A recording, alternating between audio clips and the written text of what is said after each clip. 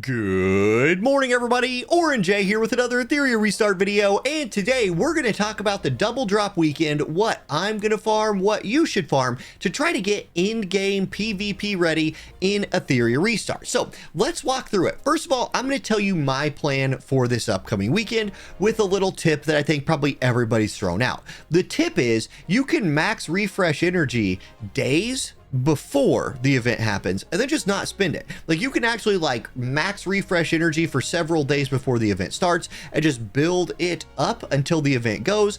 I'm not doing that because I'm still farming, shells like Rengokutsu over here.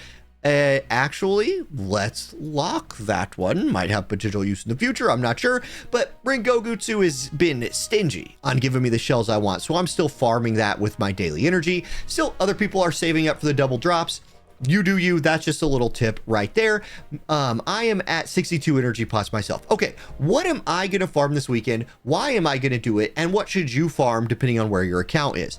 I want to start with GP Outpost. Like, you should have, with this game, you can only build so many characters at a time, right? Like, you are forced via lattices to only level up a few. Whichever characters are on your radar, make sure you are getting them their GP Outpost materials during this time. It feels so much better to farm these things at a double drop clip than it does a single drop clip. Personally, for me, I'm going to hit every element in here at least a little bit, to where if I need to spot build something, maybe an SR that I want to just pop up, it's so awful. Like, say I wanted to level up the like a Rin or somebody like that, right? And I needed reconfiguration chips from Red. That would really suck. If I'm going to level her up and I have the lattices, and then what am I missing? These, and I'm out of energy for the day because I was farming shells, and all of a sudden I just can't play a character I want. Just avoid that. Get your GP Outpost farming done this weekend. Even if you're farming ahead of time, it's very worth doing and you're getting value there. I also think everybody should farm investigation a lot. Like, another just bottleneck that is unnecessary in this game is how much EXP it takes to level up a character.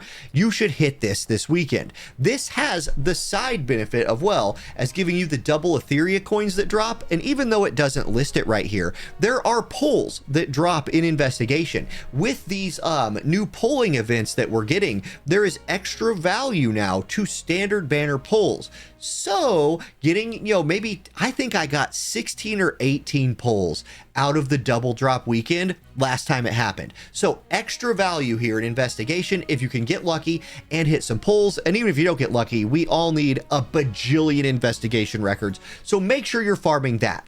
Definitely. Now, when it comes to module farming, this is the big ticket one. For me, I am going to do all of my module farming in Aurora. Let's hit farm again right there, because this is currently the in-game PvP set stuff right here. Coloss Guard, Swift Smite, both of these super usable and rare. So you need good ones of these, right? Like, Swift Smite is crucial for a lot of speed runs. Coloss Guard, really important for your defense scaling characters. You need those. The DPS sets in here, Fury and Momentum. I don't love Momentum that much. Fury is very usable as an 8-piece set, mixing into some sets like that. But really what we're targeting here is Bloodbath #1. If you want to compete in high-end PvP right now, everybody's running Bloodbath. This is currently the best set of gear, the most universally good set of gear to game. Bloodbath, boom.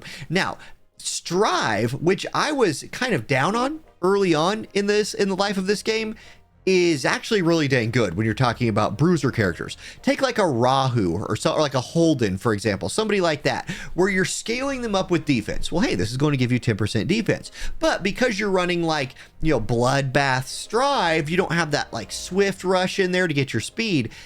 This will give you a lot of turns. You will gain many turns off of a Strive set. So very good. I think the value of Strive going up as the game goes on, especially in our current meta.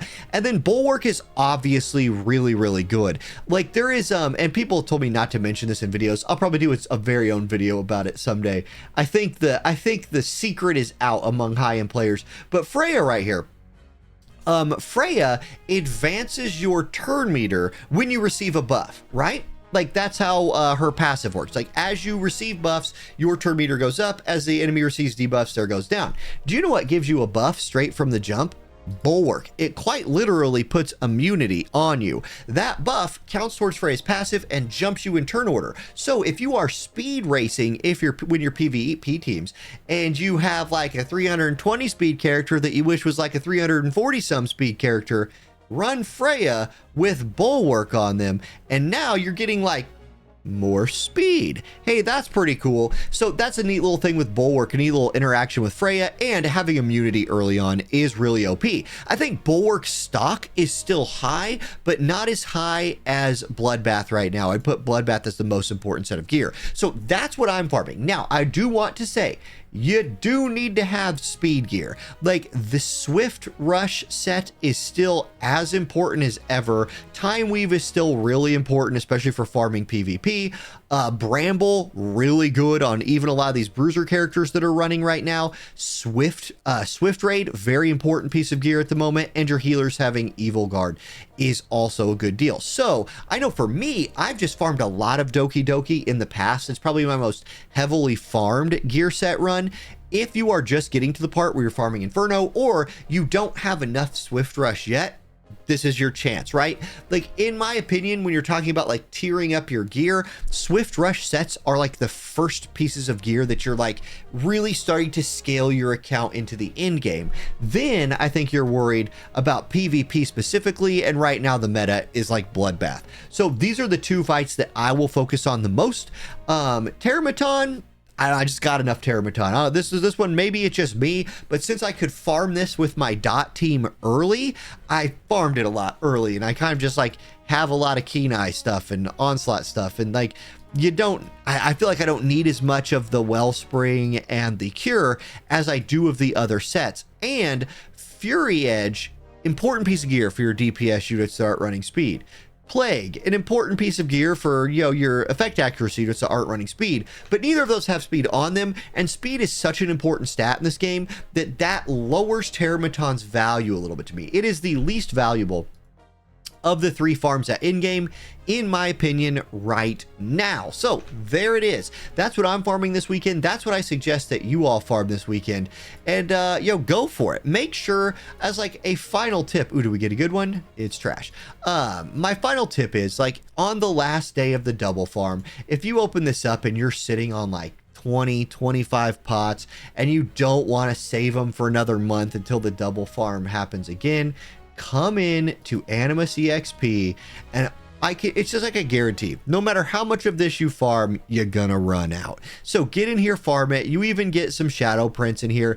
This is a great dump if towards the end of the day, on the last day, you're running out, come into investigation and slam it. That's what I've done the last 2 times. We build up our pots like very quickly in this game. I don't know how. I don't like buy these on purpose, but I feel like every day you just kind of get another one, and some events you get a bunch of them. So we're gonna have more by the time the game goes around. The currency there, like the economy of energy pots, actually pretty good with how this double EXP is working. Okay, that's the video, guys. Thank you for watching. Good luck on your polls. If you're polling on the polling event right now, good luck on your farming, and I'll catch you in the next one. Peace.